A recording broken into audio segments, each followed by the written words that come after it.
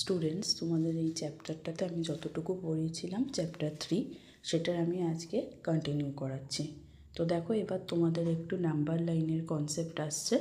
তো প্রথমে দেখো, এই যে এখানে ছবিতে দেখিয়েছে 1 2 3 4 5 6 7 এরকমভাবে পরপর যে নাম্বারগুলো আছে এগুলো আমরা জানি র্যাশনাল নাম্বার, তাই তো। এবার এটাই যখন 0 থেকে স্টার্ট হচ্ছে সেটা হয়ে যায় হোল নাম্বার। হোল নাম্বার মানে যেটা হচ্ছে 0 থেকে স্টার্ট হয়, তারপর যত ইচ্ছা যেতে পারে। তারপরেরটাতে দেখো -5 আছে, তারপরেও আরও মাইনাস হতে পারে, মানে 0-র পর -1 -2 এরকম করে করে যতক্ষণ ইচ্ছা, আবার 0-র পরে +1 2 3 4 5 করে যত ইচ্ছা। তো এরকম দুদিকেই যেটা হতে পারে সেটা হয়ে যায় ইন্টিজার। এটা হচ্ছে তোমাদের বেসিক কনসেপ্ট। তো দেখো, এবার হাফ কি করে আঁকবো না, আমরা হাফ জানি 0 আর 1-এর মাঝখানে লাই করে। তো সেটা দেখো আমরা এরকমভাবে ইকুয়ালভাবে ভাগ করে নেব। তোমরা স্কেলের সাহায্য নিয়ে যতটুকু পারবে ইকুয়াল স্পেস করে করে 0-র পর 1, আবার 1-এর পর 2 এরকম ইকুয়াল স্পেস করবে। তারপর তার মাঝখানে যে জায়গাটা সেখানটা হাফ বসিয়ে দেবে। এবার দেখো বলেছে যে 1/5 আর 2/5টা নাম্বার লাইনে কি করে বসাবো। তো দেখো বলেছে, দেখো আমরা 1/5টা কি ইজিলি বসানো যাবে বলো 0 আর 1-এর মাঝখানে? বসানো যাবে না।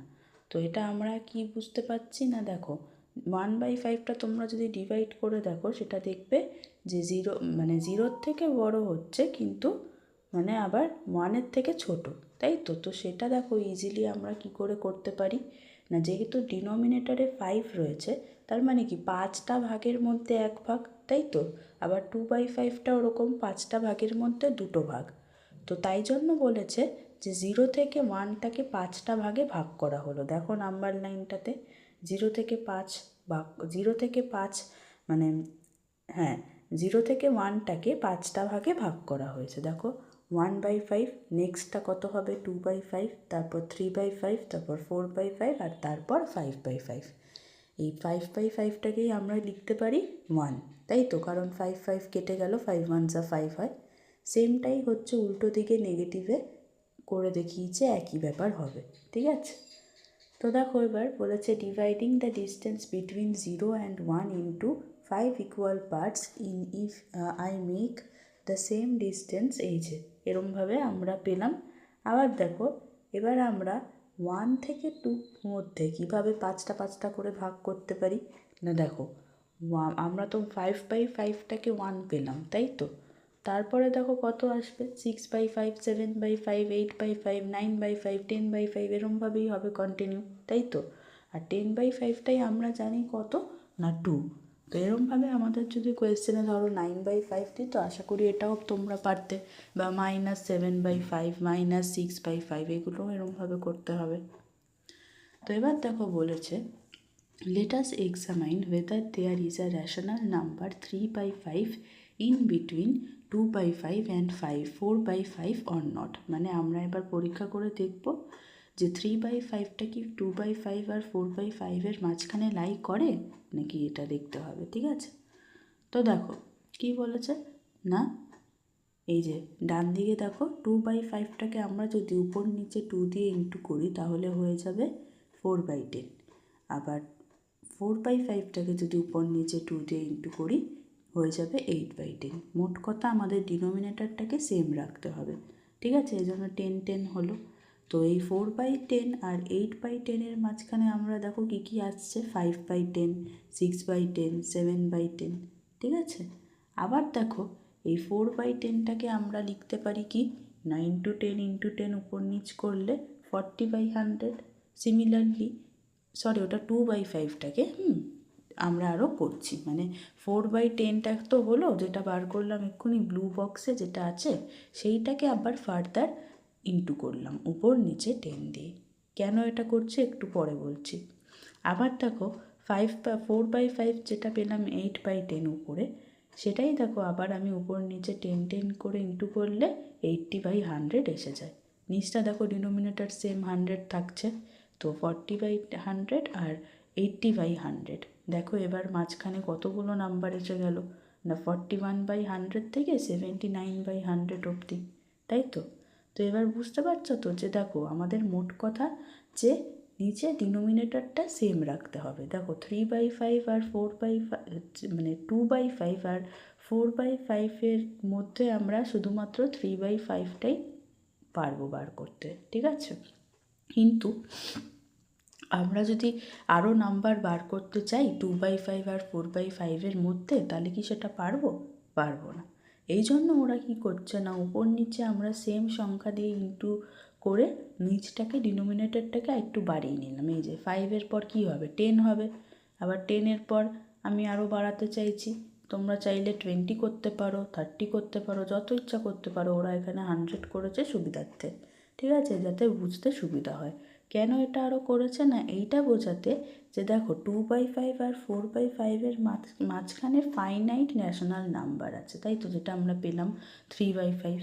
কিন্তু যদি যে কোনো দুটো র্যাশনাল নাম্বার নিই, তার মাঝখানে আমরা অনেক অনেক করতে পারবো, এই উপর নিচে ইন্টু করে করে, তাই তো। আমরা উপর নিচে ইন্টু যত ইচ্ছা করি, কিন্তু ব্যাপারটা তো সিম্পলিফাই করে দাঁড়ায় ওই 2/5 আর 4/5-ই, যেটা কিনা 40/100টাকে তুমি সিম্পলিফাই করো 4/5 হলো, আবার সিম্পলিফাই করো 2/5 হলো। সিমিলারলি 80/100টাকে সিম্পলিফাই করলে 8/10 হবে, আবার 8/10টা হয়ে যাবে কেটে কুটে 4/5। তো যে কোনো দুটো র্যাশনাল নাম্বারের মাঝখানে কিন্তু ইনফাইনাইটটা র্যাশনাল নাম্বার থাকে, কারণ আমরা ওই দুটো র্যাশনাল নাম্বারকে যত ইচ্ছা উপরে ইন্টু করে আমরা তার মাঝখানে অনেক সংখ্যা র্যাশনাল নাম্বার পেয়ে যাই। তো এটুকু আশা করি বুঝতে পারলে তোমরা। এবার তোমাদের লেটস ওয়ার্কআউট চলে আসছে, এটা আমি সলভটা পুরোটা দেখিয়ে দিচ্ছি তোমাদের, একটু মন দিয়ে সবাই দেখো। আর আমি রিকোয়েস্ট করব যারা এখনও অবধি আছো তারা প্লিজ একটু সঙ্গে সঙ্গে প্র্যাকটিস করো, না হলে কিন্তু এগুলো ভুলে যাবে, ঠিক আছে। প্র্যাকটিস না করলে অঙ্ক কিন্তু ভালো করে পারা যায় না। তো দেখো প্রথমটাতে আছে 7, খুবই সোজা। 7x = 14, তাহলে x কত হয়ে যাবে? 7টা ইন্টু ছিল, নিচে চলে আসলে ডিভাইড, অর্থাৎ 2/1 হয়ে যাবে। এখানে p/q ফর্মে রাখতে বলেছে, তাই নিচে 1 লেখা হচ্ছে, ঠিক আছে। তারপর দেখো 4p/+32 = 0, তো 32টা ওদিকে আসলে -32 হয়ে গেল। তো 4p = -32 হলে ওই 4টা যখন নিচে চলে আসবে ডিভাইড হয়ে যাবে, তাহলে -8/1। নেক্সট 11x = 0, ঠিক আছে, তাহলে এক্সটা কত হয়ে যাবে না 0/11 হয়ে যাবে। পরের স্টেপটা কিন্তু এখানে আরও হয়, যেটা কিনা হয়ে যেত 0, তাই তো। এনি নাম্বার মানে যে কোনো নাম্বার যদি আমরা 0 দিয়ে ডিভাইড করি তাহলে সেটার অ্যান্সারটা হয়ে যায় 0, কিন্তু এখানে সেটা করা হচ্ছে না, কারণ এটা তোমাদের বলেছে p/q ফর্মে রাখতে। এবার দেখো 5m - 3 = 0, তাহলে 5m কত হয়ে যাবে? 0 + 3 3, তাহলে m কত হয়ে যাবে না 3/5।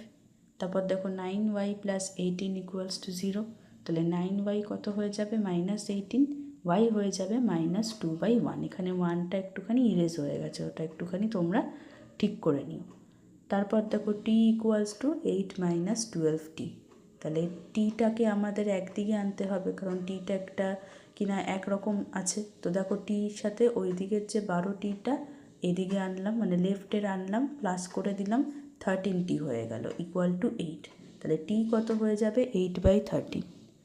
নেক্সট দেখো 6y = 5 + y, তাহলে 6y - y = 5, 5y = 5, তাহলে y = 1/1। Next 2x + 3x = 10, 5x = 10 হয়ে গেল, তাহলে x হয়ে যাবে 10/5 = 2/1। তারপর দেখো এটা একটুখানি ওই আগেরগুলো মানেরগুলো একদমই ইজি ছিল, এটা একটুখানি ভালো করে মন দিয়ে দেখতে হবে। দেখো y = -5/4, তাহলে এটা বলেছে আমাদের প্রমাণ করতে হবে যে -y এর সমান। দেখো আমরা এমনিতেই তো এটা পারি প্রমাণ করতে, কেন না মাইনাস মাইনাসে প্লাস হয়, ইন্টু হয়ে যায়, ইন্টু হয়ে গেলে তাহলে সেটা y থেকে যায়, কিন্তু আমাদের সেটা প্রমাণ করে দেখাতে হবে। তো দেখো প্রথমে -y-কে লেখা হয়েছে মাইনাস, সেকেন্ড ব্র্যাকেট ওপেন করে মাইনাস দিয়ে y এর ভ্যালুটা রাখা হলো, দ্যাট ইজ -5/4। তাহলে মাইনাস মাইনাস ইন্টু হয়ে +5/4 হয়ে গেল, আর বাইরের যে মাইনাসটা সেটা পড়ে রইল, তাহলে এটার ভ্যালুটা কত হয়ে গেল? =-5/4, যেটার ভ্যালুটাই হচ্ছে =y। ব্র্যাকেটে লিখে দেবে হেন্স প্রুভড, মানে প্রমাণ হলো। তারপর দেখো 3 এরটা, এক্স ইকুয়ালস টু -3/8 আছে। এই ভ্যালুটাকে আমাদের পুট করতে হবে ইকুয়েশানে, যেটা দিয়ে দিয়েছে 2x + 5 ইকুয়ালস টু 2 ইন্টু ব্র্যাকেটে রাখবো -3/8 + 5। তো উপরে 2 নিচে 1 হয়ে যায়, এটা তো আশা করি তোমরা জানো। তাহলে মাইনাস ইন্টু করবো 3 এর সাথে 2 করলে 6, আর নিচে 8 × 1 8। তারপর সেটাকে সিম্পলিফাই করবে, মানে চলে আসে -3/4 + 5। তারপর এলসিএম করবে, এলসিএম করলে তোমাদের রেজাল্টটা চলে আসবে 17/4। এবার দেখো তোমাদের আসছে এক্স প্লাস 3/8। এক্সের ভ্যালুটা -3/8 প্লাস 3/8 করলে সেই 0ই চলে আসছে। তারপর দেখো 5 - -x, তো 5 মাইনাস ব্র্যাকেটটা সেকেন্ড ব্র্যাকেট দেবো, কারণ না আরেকটা ব্র্যাকেট আছে ভেতরে, -3/8, সেটা হয়ে গেল +3/8। এবার হচ্ছে এলসিএম করে ফাইনাল অ্যান্সারটা এসে যাবে 37/8। তারপর দেখো 4/8 - -x সেমভাবে করেছে, আমাকে জাস্ট দুবার মাইনাসটাকে ইন্টু করে, যেটা এক্ষুনি করলাম, 3/8 হয়ে গেল। দেন তো নর্মাল যে এলসিএম করে অ্যান্সারটা বার করবে। এবার দেখো তোমাদের 4এরটা, এটাও খুব ইজি। 9/11 সাথে কি প্লাস করব যাতে কিনা 0 হয়ে যায়, না -9/11টা প্লাস করব, কেননা প্লাস না 9/11 -9/11 হচ্ছে 0, প্লাস মাইনাস মাইনাস।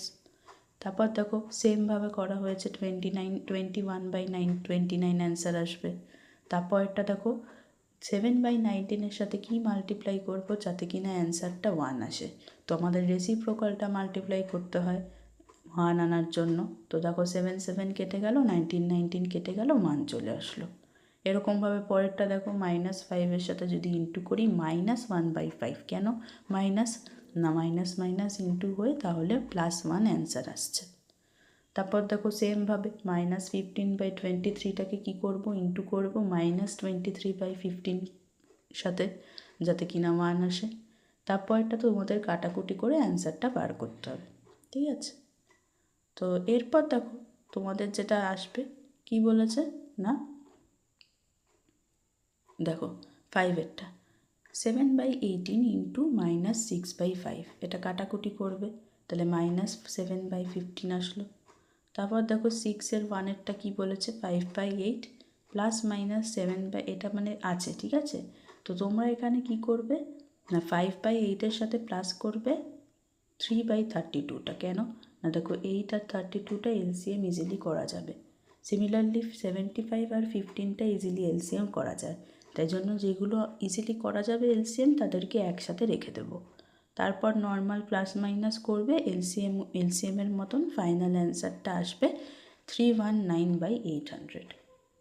তারপর দেখো তোমাদের এটা আছে, এটা তো কিছু নয়, এটা তোমাদের জাস্ট কাটাকুটি করে দেখতে হবে, তাহলে তোমাদের অ্যান্সার চলে আসবে। এটা একটু টাইম লাগবে, করে দেখো চলে আসবে 100/3003। এবার দেখো তোমাদের যে নাম্বার লাইনটা আমি একটু আগে বোঝাচ্ছিলাম সেই কনসেপ্টটা এসে গেছে। কি বলেছে, না এগুলো নাম্বার লাইনে রিপ্রেজেন্ট করতে বলেছে। তো এটা করা রয়েছে, একটু দেখে নাও, এরকমভাবে তোমরাও প্র্যাকটিস করে নেবে। তারপর 8এরটা দেখো কি আছে কোয়েশ্চেনটা আমি একটু দেখে নিই। দেখো কি বলেছে, right 4 rational numbers which are bigger than 1 কিন্তু স্মলার দ্যান 2। ঠিক আছে, মানে 1-এর থেকে বড়, 2-এর থেকে ছোট। তো 1-এর থেকে বড় দেখো 6/5, 7/5, 8/5, 9/5, এই 4টে হয়ে গেল। নেক্সট টার্মটা যেটা 10/5, ওটা 2 হয়ে যাবে, ওটা নেওয়া যাবে না কারণ লেস দ্যান বলেছে, তাই তো। তারপর এটা দেখো আমাদের মাঝখানে রেশনাল টার্ম বার করতে হবে। তো এই ক্ষেত্রে যেটা একটু আগে বোঝাচ্ছিলাম, আমাদেরকে কি করতে হবে, উপর নিচে ইন্টু করতে হবে ইকুয়াল টার্ম দিয়ে, যাতে কিনা ডিনোমিনেটরটা ইকুয়াল করতে হয়। দেখো এখানে উপর নিচে 2 2 দিয়ে ইন্টু করা হয়েছে, -6/10 করা হলো, ওইদিকে আবার হয়ে গেল 5/10। তাহলে মাঝখানে অনেকগুলো নাম্বার পেয়ে গেলাম, সেগুলো লিখে দেব, ঠিক আছে। এরকমভাবে পরেরটা দেখো করা হয়েছে, 10-এর এরটাও সেমভাবে করা হয়েছে। 1/3টাকে উপর নিচে 10 দিয়ে মাল্টিপ্লাই করে -10/30 করা হলো, আর ওইদিকে 3/5কে 6/6 করে 18/30 করা হলো।